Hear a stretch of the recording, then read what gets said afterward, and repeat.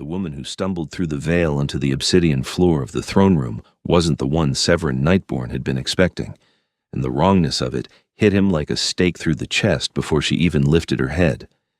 He stood from his throne, the movement so swift it was almost imperceptible to human eyes, his white hair falling like a curtain of moonlight over his shoulders. His pale skin seemed to glow against the darkness of his ceremonial robes, black silk embroidered with silver thread that caught the light from 1,000 candles. Every vampire in the court turned their attention to the trembling figure on the floor, their crimson eyes gleaming with curiosity and hunger. The veil shimmered behind her, that ancient portal between the human world and the vampire realm, accessible only through specific rituals and only to those who had been marked. The bride who was supposed to arrive had been marked 3 months ago, her blood mixed with his in a binding ceremony that would allow her passage. Lady Eleanor Whitmore, daughter of a prominent human family who had made a pact with the vampires centuries ago. The agreement was simple. In exchange for protection and wealth, the Whitmores would provide a bride to the Vampire King every 3 generations. This was not Eleanor Whitmore. The girl on the floor slowly pushed herself up, her hands trembling against the cold stone. Her dark hair fell in waves around her face, tangled and wild, and when she finally looked up, Severin felt something shift in his chest that he hadn't experienced in his 500 years of existence. Her eyes were the color of storm clouds, wide with terror but defiant underneath. She wore a simple dress, nothing like the elaborate gown Eleanor should have been wearing. There was dirt on her knees, blood on her hands, and she was staring at him like he was death itself. "What is this?" Lord Valdric, his second in command, hissed from beside the throne. His white hair was pulled back severely, his aristocratic features twisted in disgust. "This is not the Whitmore girl." Severin raised a hand, silencing him. He descended the steps of his dais slowly, deliberately, giving the girl time to scramble to her feet. She did, backing away until she hit the wall, her chest heaving with panicked breaths. "Who are you?" His voice echoed through the chamber, commanding and cold. Her voice cracked. She swallowed hard, lifted her chin. "My name is Mara Kane. I don't know where I am. I don't know how I got here. Please, I just want to go home." The court erupted in whispers, the sound like wind through dead leaves. Severin felt a headache building behind his eyes, a human sensation he rarely experienced anymore. This was impossible. The veil shouldn't have accepted her. It should have rejected anyone without his mark, should have burned them to ash before they could cross. "Search her for the mark," Valdric commanded, and 2 guards moved forward. "Don't touch me!" Mara's voice rose, sharp with fear and fury. Her back pressed harder against the wall, her hands curling into fists despite their obvious trembling. Severin held up a hand again, stopping the guards mid-stride. He moved closer to her, close enough that he could hear her heartbeat, rapid and strong like a drum in the darkness. Close enough to smell her blood, and it was unlike anything he'd ever encountered. Sweet and rich and somehow familiar, as if he'd been searching for it his entire immortal life. "Show me your wrist," he said, his tone leaving no room for argument. For a moment, he thought she would refuse. Her jaw clenched, her eyes flashing with that defiance he was beginning to find fascinating, but survival instinct won out. Slowly, she extended her right hand. Severin took it gently, his pale fingers wrapping around her wrist. Her skin was warm against his cold touch, and he felt her pulse jump beneath his thumb. He turned her wrist over, examining it carefully. There, on the inside of her wrist, barely visible against her skin, was his mark. The same intricate symbol he'd placed on Eleanor Whitmore 3 months ago. But that was impossible. He had marked Eleanor himself, had watched the symbol burn into her skin, had felt the magic seal the bond. "You bear my mark," he said quietly, more to himself than to her. "I don't know what you're talking about."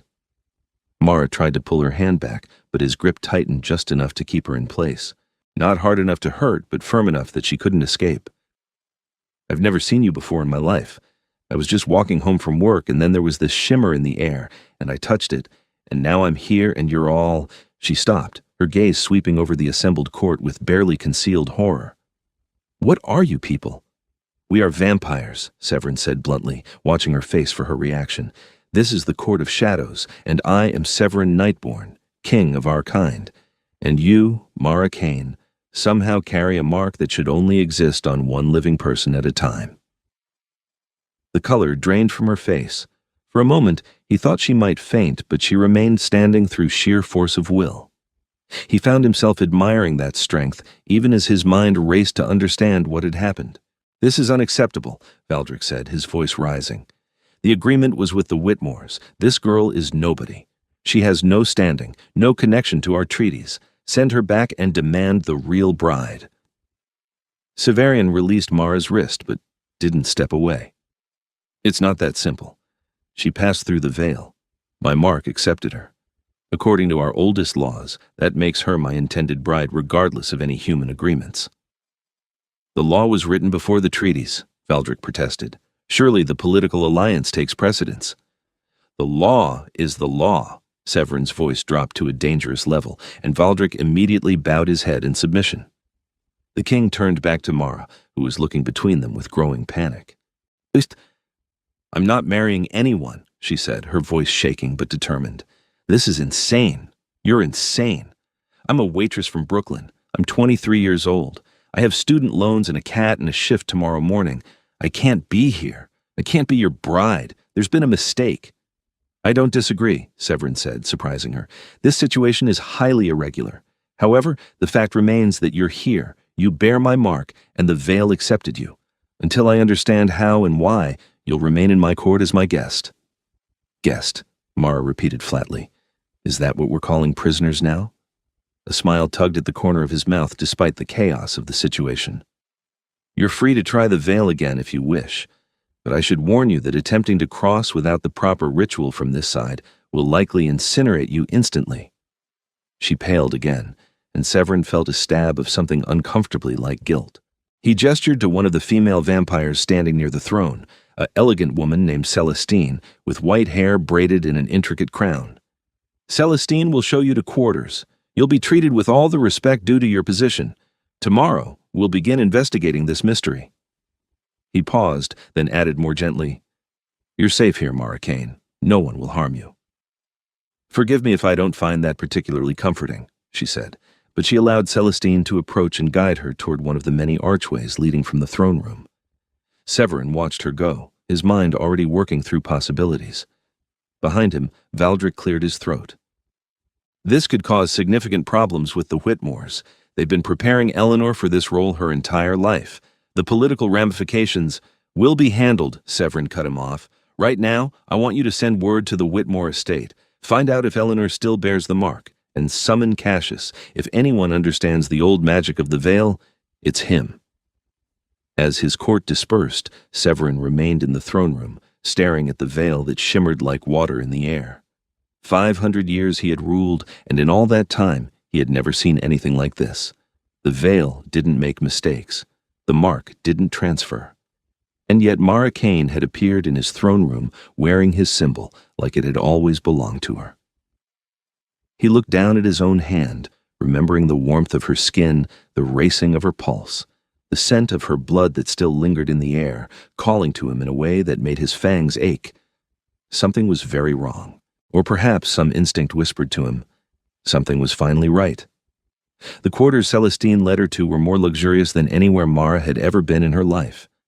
The bedroom alone was larger than her entire studio apartment, with a 4-poster bed draped in midnight blue silk, walls lined with books, and windows that looked out onto an impossible landscape of twisted spires and perpetual twilight. "This isn't real," Mara whispered, sinking onto the edge of the bed. "This can't be real." Celestine regarded her with eyes that gleamed like rubies in the candlelight. She was beautiful in an otherworldly way, her features too perfect to be human, her movements too graceful. Like everyone else in that throne room, her skin was pale as marble, her hair white as snow. "It's quite real, I assure you," Celestine said, her voice melodious and strange. "The vampire realm exists parallel to your world, accessible only through the veils. There are 7 in total, scattered across the globe." "Vampires," Mara said, testing the word. "You're actually vampires." "We are. And your king thinks I'm supposed to marry him." Celestine's expression softened slightly. "The mark on your wrist is ancient magic, older than the Court of Shadows itself. It's said that it can only bind to someone who is compatible. Destined, some might say, though we try not to be so romantic about political arrangements." Mara looked down at her wrist, At the symbol she could now see clearly in the brighter light of the bedroom. It was intricate and beautiful, like a combination of Celtic knots and star patterns shimmering faintly with silver light. "I didn't ask for this," she said quietly. "No," Celestine agreed. "I don't imagine you did. But for what it's worth, you could have done worse. Severin is a fair ruler. Stern, yes, demanding. But he protects what's his, and he honors the old codes. If you truly are his intended, he'll guard your life with his own." "I don't want to be anyone's anything," Mara said, but her voice lacked conviction. She was too tired, too scared, too overwhelmed to put much force behind the words. Celestine moved to a wardrobe and began pulling out clothes. "I'll have proper garments made for you tomorrow, but these should fit well enough for tonight. There's a bathroom through that door. I suggest you rest. His Majesty will likely want to speak with you again soon." After Celestine left, Mara sat in silence for a long moment. Then she walked to the window and pressed her palm against the glass. The world beyond was like something from a dark fairy tale, all Gothic spires and shadowed valleys, lit by a moon that seemed too large and too bright. She could see figures moving in the distance, pale and graceful, definitely not human. Her hand went to her wrist again, tracing the mark. She tried to remember when it had appeared, but she couldn't. Had it always been there? No, that was impossible. She would have noticed. But then again, she'd never paid much attention to the inside of her wrist. It could have been there for days, weeks even, and she might not have seen it. The memory of the shimmer in the air came back to her. She'd been walking home from her shift at the diner, cutting through the park like she always did. And there it was, hanging in the air like heat waves on a summer day. She should have walked past it, should have ignored it. But something had pulled at her, some inexplicable urge to reach out and touch it, and then she was falling through darkness and light, tumbling through a space that felt both infinite and claustrophobic, until she landed on cold stone in a room full of monsters. No, not monsters. Vampires. And their king was the most terrifying of all. Severin Nightborn. Even his name sounded dangerous. He was beautiful in a way that hurt to look at, all sharp edges and pale skin and eyes that seemed to see straight through her. When he'd touched her wrist, his hand had been cold, but not unpleasantly so. It had sent a shiver through her that wasn't entirely from fear. Mara shook her head sharply. No.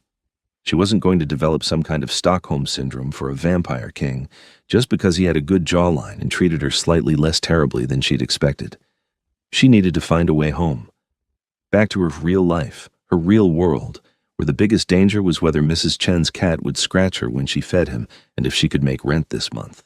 But as she climbed into the impossibly soft bed and pulled the silk covers over herself, she couldn't shake the feeling that her old life was already slipping away, becoming a dream itself, and this nightmare was becoming her new reality. Severin stood in his private study, watching as Cassius examined the records of the marking ceremony. Cassius was ancient even by vampire standards, his white hair reaching past his waist, his face lined in a way that most vampires never experienced. He had been the court's keeper of magic and lore for over 1,000 years. "Fascinating," Cassius murmured, his long fingers tracing the words in the old book. "Absolutely fascinating." "Explain," Severin demanded. He'd dismissed his formal robes and now wore simple black, though even casual clothing looked regal on him. He'd tried to focus on state business after Mara had been escorted away, but found his thoughts constantly returning to her defiant eyes, to her trembling hands, to the way her blood had sung to him. "The mark doesn't lie," Cassius said. "If she bears it, she is your intended. But you're right that this shouldn't be possible. You marked the Whitmore girl 3 months ago. I was there. I witnessed it." "Then how does Mara Kane bear the same mark?" Cassius closed the book and turned to face him. "There are old stories, very old, from before the treaties, before we organized ourselves into courts and kingdoms, stories of true bonds." Severin felt a chill run through him despite the warmth of the room. "True bonds are legends, fairy tales we tell newly turned vampires." "Are they?" Cassius moved to another shelf, pulled down a volume so old it was barely holding together. "The Veil accepts those who are marked, yes, but it said that once, long ago, it also recognized those who were fated. Soul matches, the ancients called them. Two beings whose very essence was complementary, whose blood would sing to each other across any distance." "That's romantic nonsense." "Is it?" Cassius opened the crumbling book carefully.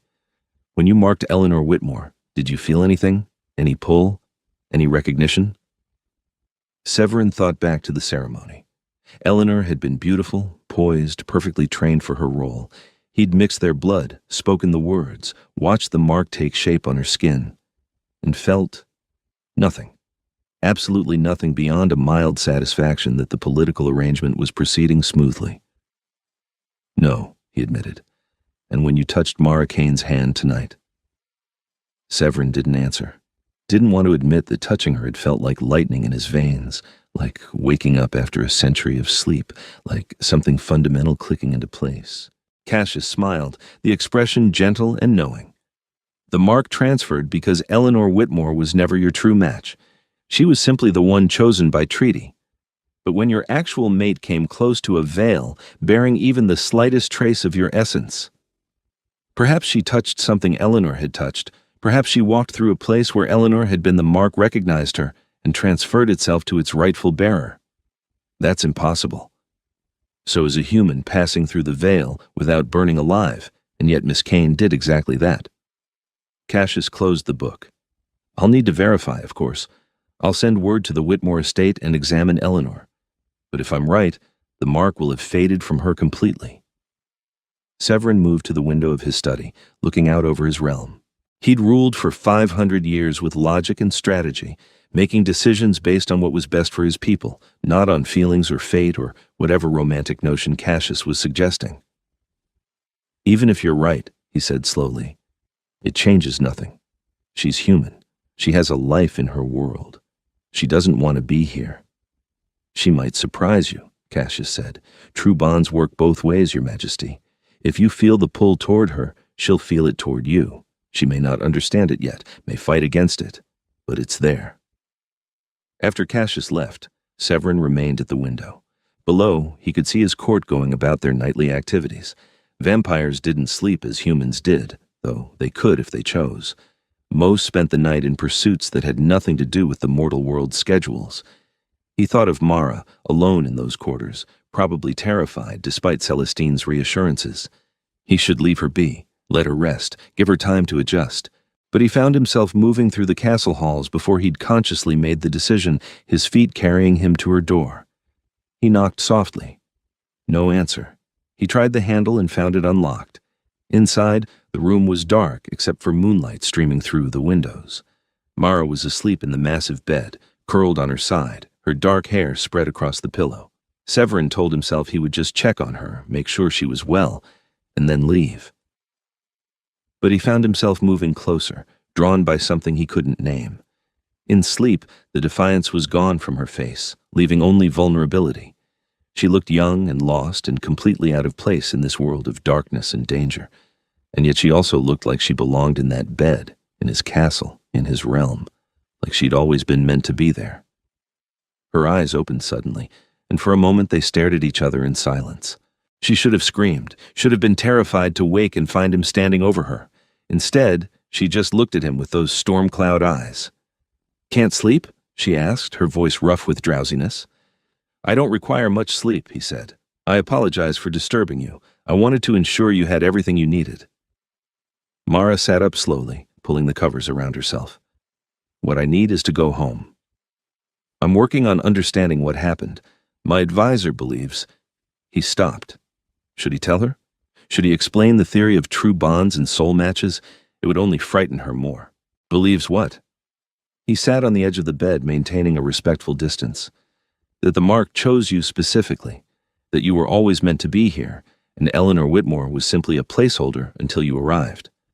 That's insane. Probably, he agreed, but it's the only explanation that makes sense.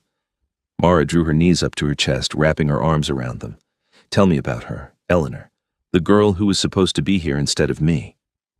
Severin considered his words carefully. I've met her only once, during the marking ceremony. She's the daughter of a powerful human family who has maintained an alliance with our kind for centuries. Beautiful, educated, trained since birth for this role. Everything a vampire queen should be. And now she's what? Just unmarked? Free? If Cassius's theory is correct, yes. The mark will have faded from her, returning to its true bearer. He looked at her wrist. where the symbol glowed faintly even in the darkness. "How does that make you feel?" "Like I stole something from her," Mara said quietly. "Like I ruined her life." "Or freed her from a fate she may not have wanted either," Severin countered. "The Whitmores may have prepared her for this, but I doubt they asked if it was what she desired." Mara looked at him, really looked at him, for the first time since he'd entered the room. "Do you want this? A bride? A queen? Or is it just another political necessity?" No one had asked him that question in 500 years. No one dared question what their king wanted versus what he needed to do. And yet this human girl, who had every reason to fear him, asked it like it was the most natural thing in the world. "I've ruled alone for a very long time," he said finally. "It's efficient, uncomplicated. But the old laws require the king to take a consort, to ensure the succession, to show strength through alliance." He paused. "What I want has never been particularly relevant." "That's sad," Mara said, and he could hear genuine sympathy in her voice.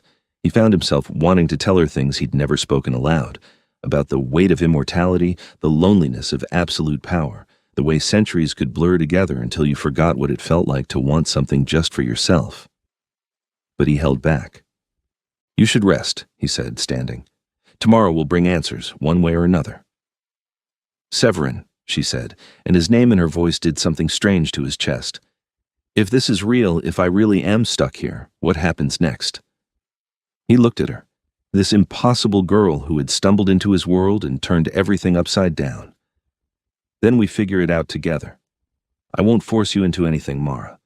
The old laws may say you're meant to be my bride, but I won't bind you to me against your will. We'll find a way through this." She nodded slowly, some of the tension leaving her shoulders. Okay, I can work with that." After he left, Mara lay back down, but sleep was impossible. Her mind raced with everything that had happened, everything she'd learned. Vampires were real. She was in another realm, marked as the intended bride of their king. And that king, despite being a literal creature of the night, had just promised not to force her into anything.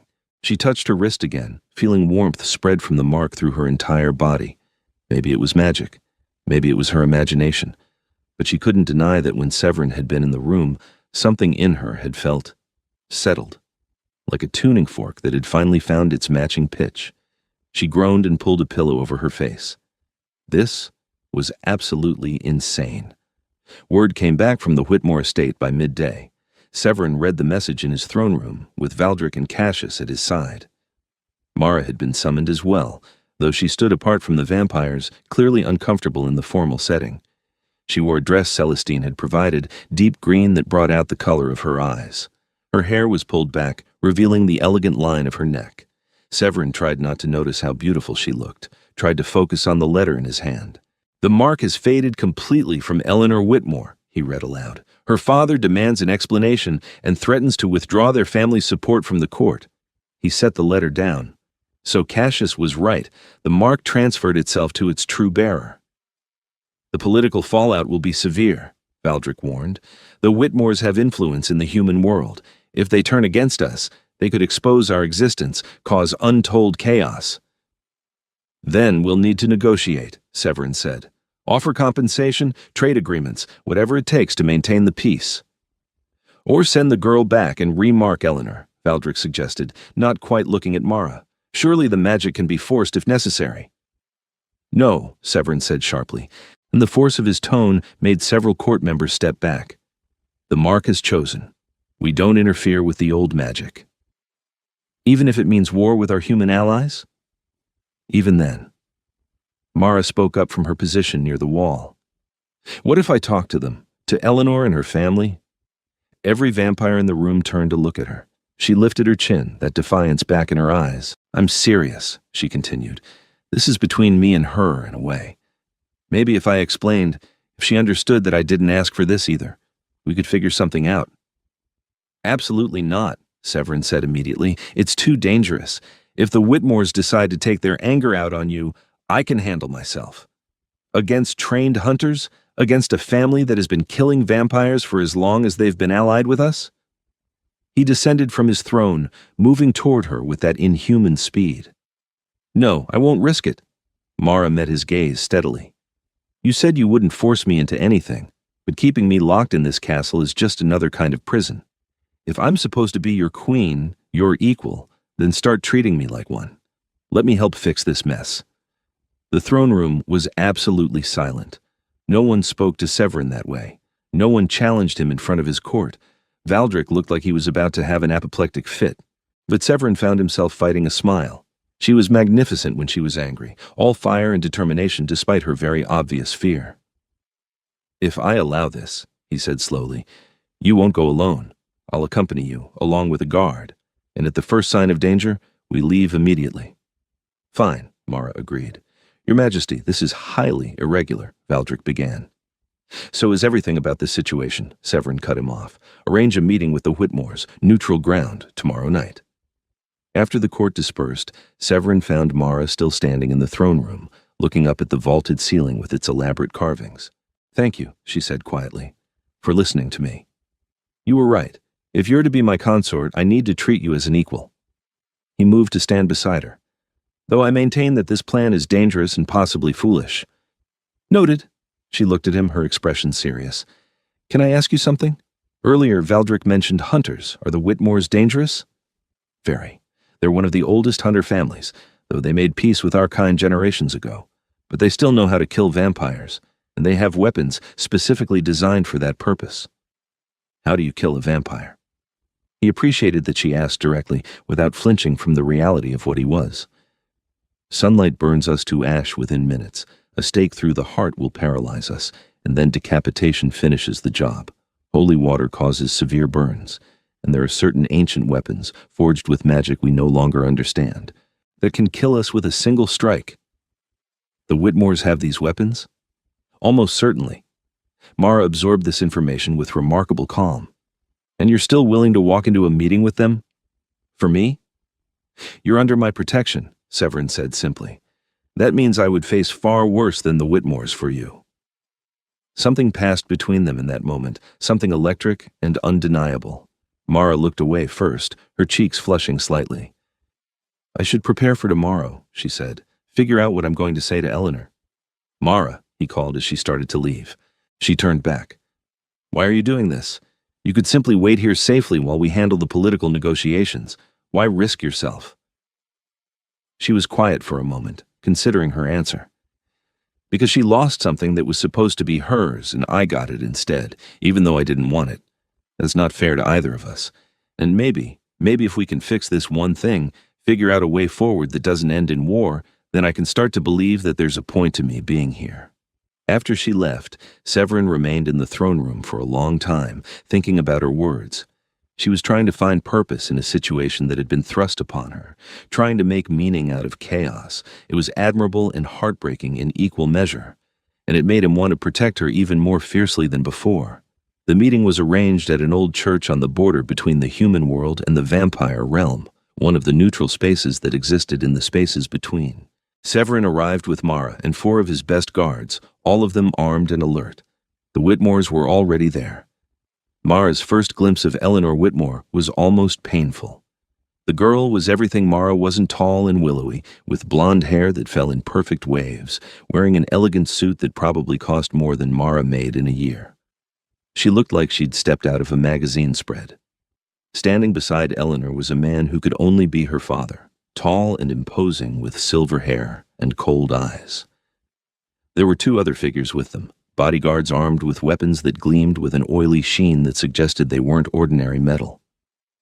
"Your Majesty," Lord Whitmore said, his voice dripping with barely concealed anger, "thank you for agreeing to this meeting." "Lord Whitmore," Severin replied, his tone carefully neutral. "May I present Mara Kane?"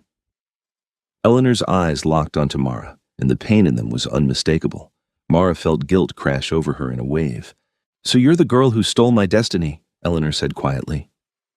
"I didn't steal anything," Mara said, stepping forward despite Severin's warning hand on her arm. "I didn't ask for this.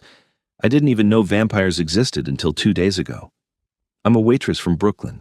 I have no idea why this happened to me instead of you." "Because you bear his mark," Lord Whitmore said, gesturing to Mara's wrist, "a mark that should have remained with my daughter. The old magic chose differently. Cassius spoke up from behind Severin. The mark cannot be forced or transferred by will. It goes to its true bearer. Then the magic is flawed, Lord Whitmore snapped. Or perhaps the original arrangement was, Severin said, his voice taking on a dangerous edge. Perhaps forcing a match for political convenience was never going to work in the face of genuine compatibility. Compatibility, Eleanor laughed, but there was no humor in it. You met her 2 days ago. How can you possibly know if you're compatible? Severin opened his mouth to respond, but Mara beat him to it. He can't, she said firmly, and neither can I. But I do know that I don't want to be the cause of a war between humans and vampires. So here's what I propose. Give us 3 months. Everyone turned to look at her. Severin's expression was carefully blank, but she could sense his confusion. 3 months to figure out if this mark, this bond, is real or just magical nonsense, Mara continued, the words tumbling out as the idea formed. If after 3 months, Severin and I both agree that this isn't working, that we're not actually compatible, then we'll find a way to break the bond and he'll mark Eleanor like he was supposed to. But if it is real, if there's something genuine here, then the Whitmores accept it and we renegotiate the alliance on different terms. You can't break a true bond, Cassius said quietly. Then it won't be a true bond, and breaking it will be easy, Mara shot back. She looked at Eleanor. I know this isn't fair to you. I know you've prepared your whole life for this, but I'm asking you to give me a chance to prove whether I'm supposed to be here or not. 3 months, that's all. Eleanor stared at her for a long moment. Then she looked at her father, who looked ready to explode with anger. Finally, she looked at Severin. Do you agree to these terms? She asked him. Severin was quiet, his expression unreadable. Then he inclined his head. 3 months, at the end of which Mara and I will both have the right to choose whether to proceed with the bond or dissolve it. And if you choose to dissolve it, you'll mark me instead? Eleanor pressed. If the bond dissolves, I will honor the original agreement with your family, Severin confirmed. Lord Whitmore looked like he wanted to argue, but Eleanor placed a hand on his arm. Father, it's fair. Fair? He sputtered. You've been training for this role since you were a child, and now some random girl gets 3 months to... I said it's fair, Eleanor repeated, her voice firm. She looked at Mara again. 3 months, but I want something in return. Name it, Mara said. I want to visit the court, see what my life would have been, meet the people I would have ruled alongside. Eleanor's chin lifted. And I want the truth at the end of those 3 months. No politics, no diplomatic answers, just the truth about whether this bond is real. You have my word, Mara said. They left the church an hour later, after the terms had been finalized and agreements had been signed. As they crossed back through the veil into the vampire realm, Severin pulled Mara aside. That was either brilliant or incredibly reckless, he said. Probably both, she admitted. Are you angry? I didn't ask you before proposing it. I'm impressed. And somewhat terrified. He guided her toward a carriage that would take them back to the castle. 3 months to determine if we're compatible. Do you have any idea how to do that? We could start with the normal things people do when they're getting to know each other, Mara suggested. Talk, spend time together, learn about each other's lives and interests. I'm a 500-year-old vampire king. You're a 23-year-old human waitress. We might not have much in common. Then we'll find out in 3 months. And you can marry Eleanor with a clear conscience, Mara said, though the thought sent an unexpected pang through her chest. Severin studied her face in the dim light of the carriage.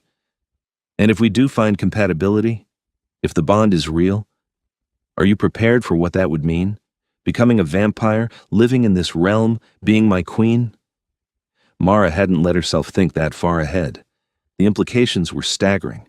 Immortality, drinking blood, leaving behind everything she'd ever known. Her apartment, her job, her cat, her whole human life.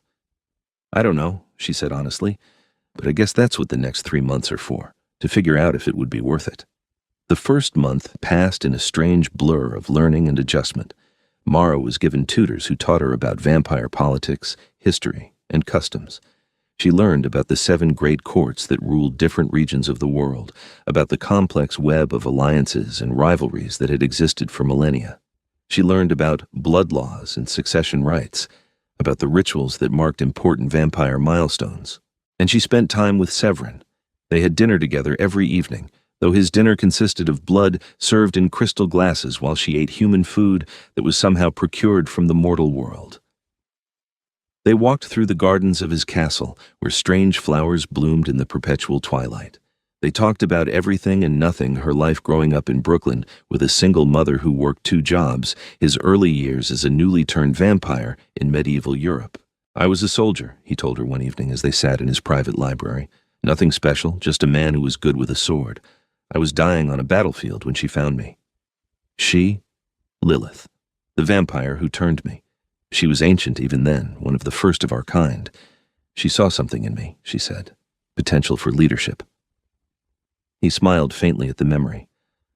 "I think she was just lonely and wanted a companion who could fight." "What happened to her?" "She walked into the sun about 200 years ago, said she'd seen enough of the world, that she was tired." His expression grew distant. "I still miss her sometimes." Mara listened, fascinated by this glimpse into his past. Do all vampires eventually feel that way? That they've lived too long? Some do. Others find new purpose, new reasons to continue. Cassius has his scholarship. Valdric has his military strategies. I have my kingdom. He looked at her. "What would you want? If you had eternity ahead of you?" It was a question she'd been avoiding thinking about, but she considered it now. "I always wanted to write," she admitted. "Stories, novels. But it seemed impractical, so I worked in restaurants and put it off. If I had forever, I could actually do it, learn everything, read everything, write everything." "The library is yours," Severin said simply, "and I know several vampire authors who would be happy to mentor you." She looked around at the thousands of books surrounding them, many of them older than countries, and felt a flutter of possibility in her chest. They grew closer, slowly but surely. Severin showed her the hidden parts of his realm, underground caverns, filled with bioluminescent plants, ancient theaters where vampire artists performed plays that lasted for days, markets where goods from across the centuries were traded. He taught her to dance in the old styles, his cold hand firm against her back as he guided her through complicated steps. And Mara found herself looking forward to seeing him each day, found herself noticing little things about him. The way his eyes warmed from ice blue to something softer when he looked at her. The rare smile that transformed his austere face into something breathtaking. The gentle way he touched her, always careful of his strength, always respectful of her boundaries. Eleanor visited in the middle of the 2nd month, just as she'd requested. Mara showed her around the castle, introduced her to the court. She could see Eleanor taking everything in, cataloging and analyzing like she was studying for a test. "It's beautiful," Eleanor said as they stood on a balcony overlooking the realm. "Everything I imagined and more." "But?" Mara prompted, hearing the uncertainty in her voice. "But it's not what I wanted," Eleanor admitted. "I thought I wanted this because it's what I was raised to want. But watching you here, seeing how you and Severin interact, I can see something I never had with him." "What's that?"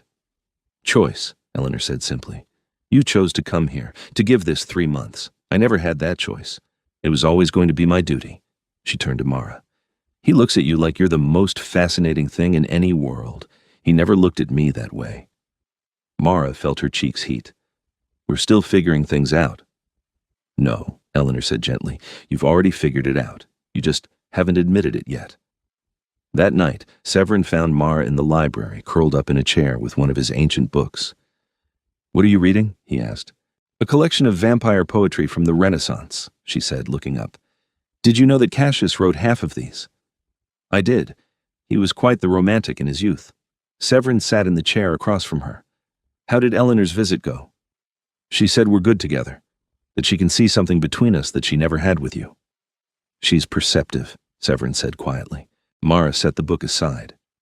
"Severin, what happens when the 3 months are up?" "Really?" "I told you. We both decide if we want to proceed with the bond." "And if we don't agree? If one of us wants to and the other doesn't?" He was quiet for a long moment. "Then we honor the choice of the one who wishes to leave. I won't bind you here against your will, Mara, no matter what I feel." Her heart skipped. "What do you feel?" He stood, moved to the window, his back to her. "I've lived for 500 years. I've known countless people, faced countless challenges, seen empires rise and fall, and in all that time, I've never felt what I feel when I'm with you." "Severin." He turned to face her. You make me feel alive again, like the world has color after centuries of gray. When you laugh, I want to find ways to make you laugh again. When you're upset, I want to destroy whatever caused it. When you're in danger, I would burn down kingdoms to keep you safe. Is that the bond speaking? Is it magic? I don't know, but I know that the thought of you leaving, of going back to your world and forgetting this place, forgetting me, it's unbearable. Mara stood, her legs shaky. She crossed to him, stopped just in front of him. I don't think I could forget you even if I tried. But, he asked, reading the hesitation in her face, but I'm still human.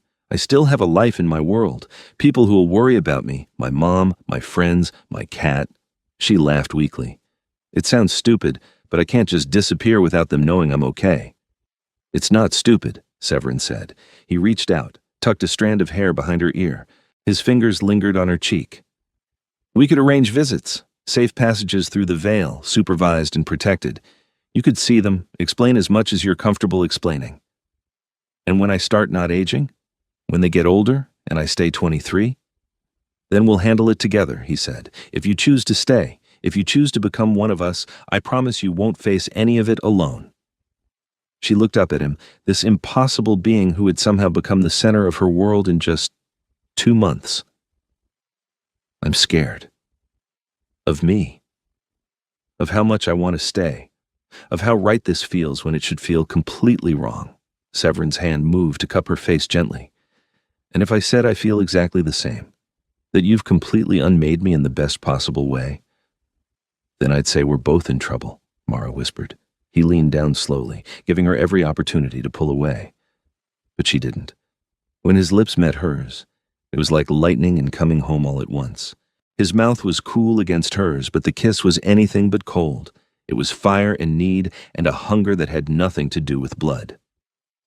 When they finally pulled apart, both breathing hard, Severin rested his forehead against hers. 3 weeks left, he murmured, and then you have to choose. I think I already have, Mara admitted. I just need to find the courage to say it out loud. The last week of the 3rd month brought unexpected complications. Lord Whitmore sent word that he would not accept the bond, regardless of what Mara and Severin decided. He demanded Eleanor be given her rightful place, and when Severin refused, the Whitmores declared the alliance void. They're gathering forces, Valdrick reported in an emergency council meeting. Other hunter families, sympathetic vampires who think you've dishonored the old treaties. If they attack, it won't be a minor skirmish. It will be war.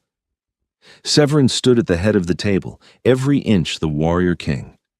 Then we prepare for war, but we also try for peace, send envoys to the other courts, explain the situation, request their support. What if they side with the Whitmores? Another council member asked. What if they see this as you putting personal desire above political necessity? Then we defend our choice, Severin said firmly. The Mark chose Mara. The old magic chose her. I won't dishonor that for any political alliance. After the council dispersed, Mara confronted him in his study. This is because of me, she said without preamble. They're going to start a war because of me. They're going to start a war because they value tradition over truth, Severin corrected. Because they'd rather I bind myself to someone I don't love than accept that fate had other plans. Love, Mara repeated softly. You love me? He crossed to her, pulled her into his arms. I love you. Completely. Impossibly. In a way I didn't think I was capable of anymore. I love you too, she said, the words feeling both terrifying and liberating. But I don't want people to die because of us. Then help me find another way, Severin said. You saw a path to peace before, with the 3-month agreement. Help me see one now. They worked through the night, along with Cassius and a few trusted advisors. By dawn, they had a plan. Severin called an unprecedented summit, inviting representatives from all 7 vampire courts as well as the major hunter families. It was held in a massive neutral space, an ancient amphitheater that existed between worlds. Hundreds attended, vampires and humans alike, all curious about the scandal that had been spreading through both communities. Severin stood in the center of the amphitheater, Mara at his side. He wore his ceremonial robes, looking every inch the king. Mara wore a gown of midnight blue, the mark on her wrist clearly visible. Thank you all for coming, Severin's voice rang out, amplified by the acoustics of the ancient space. I've called this summit to address the question that has threatened to tear apart our peace, the question of the mark, the bond, and the choice of a queen. Lord Whitmore stood from his seat. There's no question. You broke a treaty. You dishonored my family. Blood must answer for that. I dishonored no one, Severin said calmly. I followed the oldest law of our kind. I accepted the mate the magic chose for me. If anyone was dishonored, it was Mara, who was pulled from her world and told she had no choice in her future. She could have refused, another hunter called out. Could she? Severin's gaze swept the crowd. She bore my mark. She crossed through the veil. By our laws, refusing the bond would have meant death. Is that really a choice? Murmurs rippled through the assembled crowd. Pfra! So I'm proposing a new law, Severin continued. One that states clearly that any being marked as a mate has the right to refuse without penalty. That bonds based on true compatibility be honored over political arrangements, and that humans brought into our world be given genuine choice about whether to stay. That would invalidate centuries of treaties, a vampire lord protested. Then we'll renegotiate the treaties, Severin said. Build new alliances based on mutual respect rather than forced bonds. Mara stepped forward then, her voice clear and strong. I'm human. I was human when I came here, and I'm still human now. But in 3 months, I've learned more about your world than I thought possible. I've seen beauty and darkness, honor and cruelty. And I've made a choice, not because I was forced, not because of magic, but because I genuinely want this. She held up her wrist, showing the mark to everyone assembled. This mark chose me. But more importantly, I choose it. I choose Severin.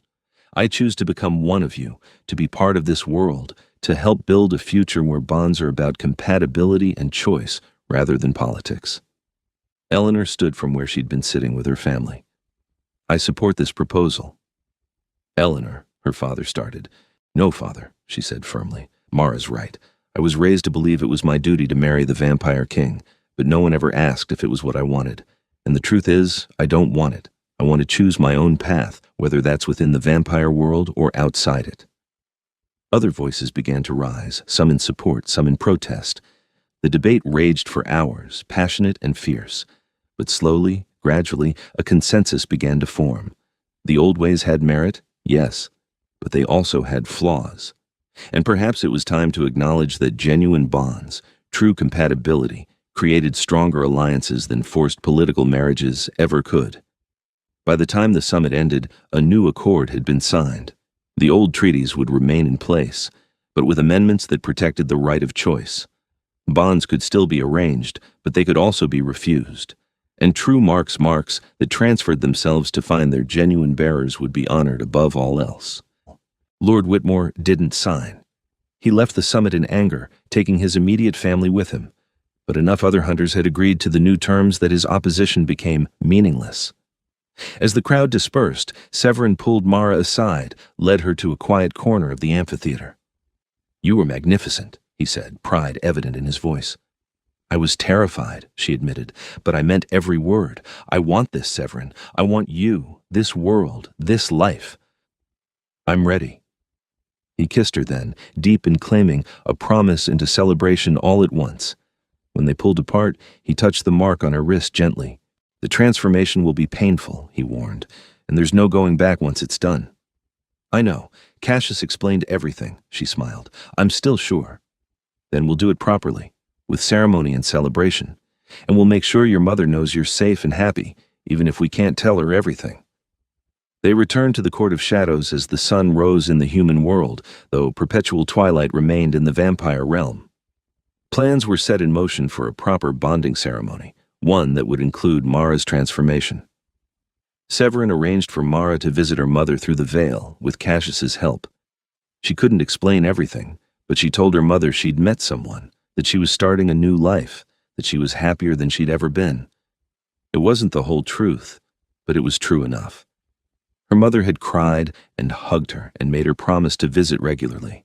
Mara had agreed, knowing that those visits would become less frequent as she aged more slowly and eventually stop altogether. But for now, she could give her mother this, the knowledge that her daughter was safe and loved. The bonding ceremony was held on the night of a new moon, in the Grand Cathedral at the heart of the vampire realm. Thousands attended, representatives from all the courts, bearing witness to the union of their king and his chosen queen. Mara wore a gown of white and silver, her dark hair crowned with diamonds that caught the candlelight. Severin stood at the altar in robes of black and crimson, looking like a dark prince from a fairy tale. Cassius performed the ceremony, his ancient voice resonating through the cathedral. He spoke of bonds and choices, of love that transcended politics, of two souls finding each other across impossible odds.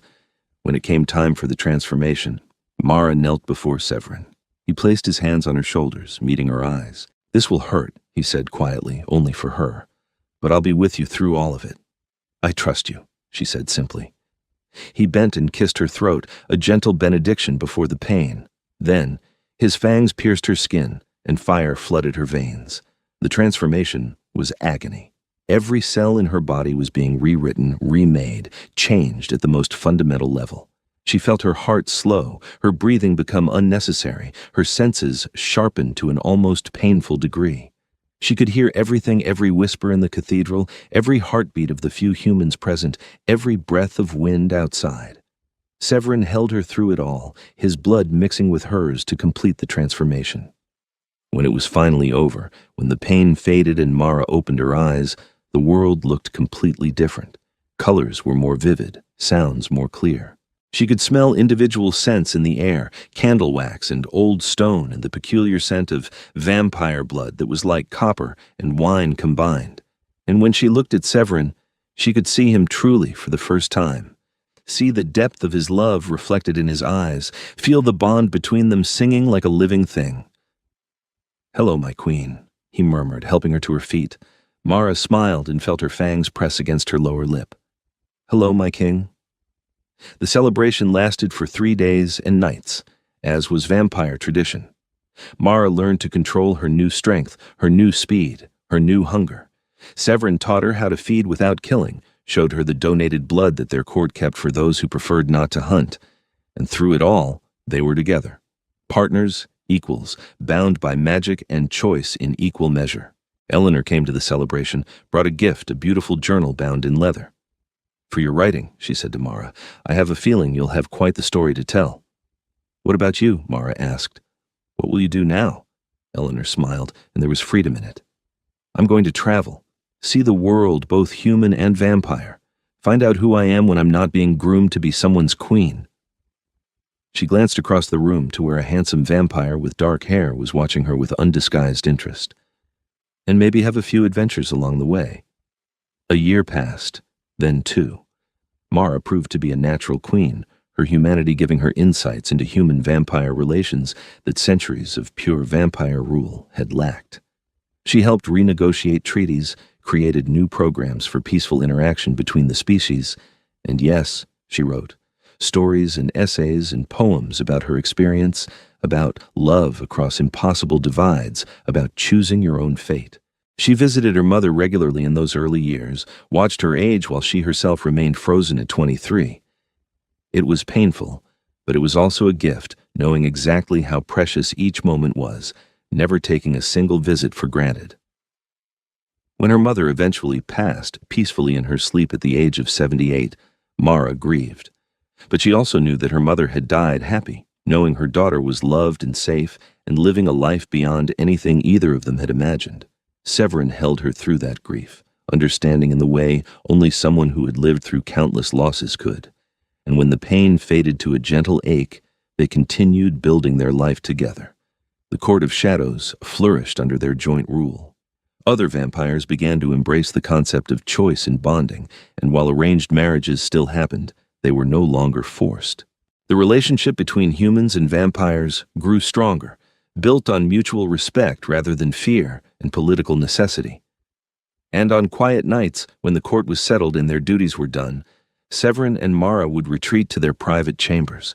They would lie together in the darkness, talking about everything and nothing, making plans for their infinite future. "Do you ever regret it?" Severin asked one such night, his fingers trailing through her hair. "Giving up your mortal life?" Mara smiled, turning to look at him. Her eyes, now the same crimson as his, reflected the candlelight. Not for a single moment. My mortal life was half-lived, full of should-haves and some-days. This life, with you, is fully lived. Every day is a choice to be here, to love you, to build something beautiful together.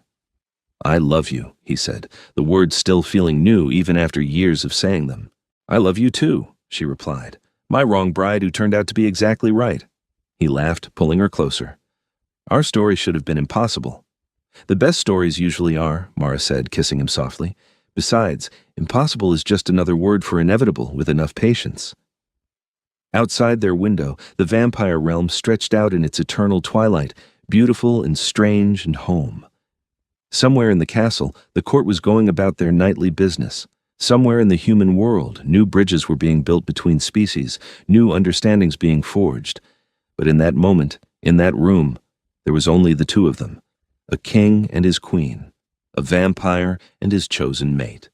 Two souls who had found each other across impossible odds and chosen every single day to stay together. The mark on Mara's wrist glowed softly, a reminder of the magic that had brought them together. But it was the love they'd built, choice by choice, moment by moment, that truly bound them.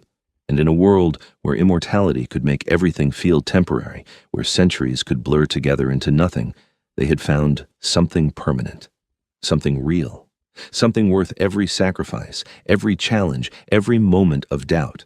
They had found each other. And that, Mara thought as she drifted into the peaceful rest that vampires called sleep, made everything else worthwhile. The wrong bride had arrived through the veil, and in being wrong, she had been exactly, perfectly, impossibly right. The end came not with fanfare, but with quiet certainty, the kind that settles over a story when all its threads have been woven together into something complete. Years stretched into decades, and Mara and Severin ruled their court with wisdom born of genuine partnership. They faced challenges, as all rulers did, rogue vampires who rejected the new ways, human extremists who feared the growing cooperation between species, political machinations from rival courts. But they faced them together, and that made all the difference. Eleanor did eventually find her own path. She married that dark-haired vampire from the bonding celebration, a scholar named Theron, who shared her love of travel and discovery. They visited the Court of Shadows often, and Mara counted Eleanor among her closest friends. The woman who might have been queen instead became something better, herself, fully and completely. Lord Whitmore never reconciled with the new order, but his opposition became irrelevant as more and more families embraced the changes. The next generation of hunters grew up knowing vampires not as enemies to be destroyed, but as partners to be understood. And while tensions remained, they were tensions that could be negotiated rather than resolved through violence. Cassius eventually wrote a comprehensive history of the Mark and the Bond, of Mara's unexpected arrival and the changes it brought to their world. It became required reading in both human and vampire schools, a reminder that sometimes the greatest changes come from the most unexpected sources. Valdric, surprisingly, became one of Mara's strongest supporters. He claimed it was purely practical. She had proven herself a capable ruler and a strategic asset. But Mara suspected he simply appreciated that she challenged Severin to be better, to think beyond the old ways while still honoring what was valuable in tradition. The library became Mara's sanctuary, just as it had been in those early days. She filled it with new works, both human and vampire, and spent countless hours reading and writing and learning. Her first published novel, a thinly veiled account of a human girl who became a vampire queen, became a bestseller in both worlds. She wrote more, each one exploring different aspects of the life she had chosen, the love she had found, the world she had come to call home. And through it all, through every triumph and challenge, every quiet moment and grand celebration, Severin was there. Her partner, her equal, her love. They danced together at countless balls, his hand always finding hers in the crowd. They walked through gardens lit by bioluminescent flowers, speaking of philosophy and politics and the small details of their days. They ruled side by side, their different perspectives creating a balance that made them stronger together than either could have been alone. On their 50th anniversary as king and queen, the court threw a celebration that rivaled their original bonding ceremony. Representatives from all 7 vampire courts attended, along with human dignitaries from around the world.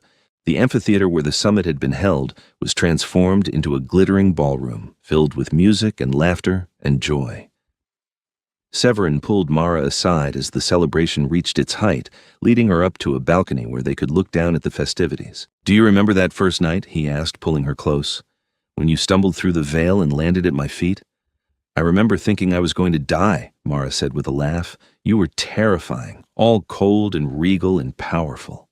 "I remember thinking the universe was playing a cosmic joke on me," Severin admitted. "The wrong bride, appearing at exactly the wrong moment, throwing all my careful plans into chaos. And now?" He turned her to face him, his hands cupping her face with infinite tenderness. "Now I know that there are no wrong moments, no wrong paths. Everything that happened, every choice we made, every challenge we faced, it all led us here, to this moment, this life, this love." Mara felt tears prick her eyes, though vampires rarely cried. "I never believed in destiny before I met you. I thought we made our own paths, chose our own futures." "And we did," Severin said softly. "The mark brought you to me, but it was your choice to stay. Your choice to love me. Your choice to become who you are now. Destiny might have introduced us, but love is what bound us." She kissed him then, pouring 50 years of love and gratitude and joy into that single gesture. Below them, the celebration continued. Their court, their friends, their family in all the ways that mattered, the life they had built together, one choice at a time. When they finally pulled apart, Mara rested her head against his chest, listening to the slow, steady beat of his heart, a heart that had beaten for 500 years before finding its match in hers. "Thank you," she whispered. "For what?" "For seeing me. That first night, when I was terrified and confused and completely out of my depth, you could have sent me away, could have forced the issue with Eleanor, honored the treaty, done the political thing. But you saw me. You gave me a choice. You let me find my own path to you." Severin pressed a kiss to the top of her head. "You made it impossible not to see you. You stood in my throne room, covered in dirt and shaking with fear, and demanded to be treated as an equal. You negotiated peace when war seemed inevitable. You transformed yourself, literally and figuratively, because you chose to, not because anyone forced you. How could I not see you? How could I not love you?" They stood there together as the night stretched on, two souls perfectly matched, bound by magic and choice in equal measure. The mark on Mara's wrist glowed softly, a reminder of how their story had begun. But the real mark was on their hearts, carved there by thousands of small moments, countless conversations, infinite choices to love each other day after day, year after year. The wrong bride had arrived through the veil, unexpected and unprepared. But in being wrong, she had been exactly what was needed. She had challenged old ways, created new possibilities, and shown an ancient vampire king what it meant to truly love and be loved in return. And as they returned to their celebration, hands intertwined, Mara knew with absolute certainty that she would make the same choice again. 1,000 times, 1,000,000 times for all eternity. Because some mistakes are really destiny in disguise, and some wrong turns lead exactly where you're meant to be, home, together, forever.